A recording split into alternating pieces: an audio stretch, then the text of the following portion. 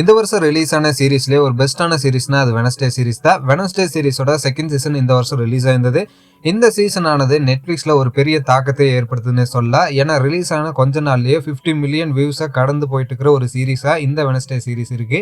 அபிஷியலா Netflix சைட்ல இருந்து season 3 confirm பண்ணிருக்காங்க வெனஸ்டேக்கு. அதே மாதிரி பாத்தீங்கன்னா சீசன் 2ல கடைசி எண்டிங்ல பாத்தீங்கன்னா சீசன் 3 வேற லெவல்ல இருக்கும் அப்படின்ற மாதிரி ஒரு லீடிங் கொடுத்து முடிச்சிருக்காங்க. ஏன்னா ஒரு பக்கம் வெனஸ்டே காப்பாத்துறதுக்காக ஈனெட் வேற உல்ஃபா மாறிட்டா திரும்பவும் அவரால் நார்மல் உருவத்துக்கு வர முடியாது. அதே மாதிரி பாத்தீங்கன்னா வெனஸ்டே இப்போ ஈனெட்டை தேடி கிளம்பி போயிட்டு இருக்கிறா அவளோட அங்கிளோட.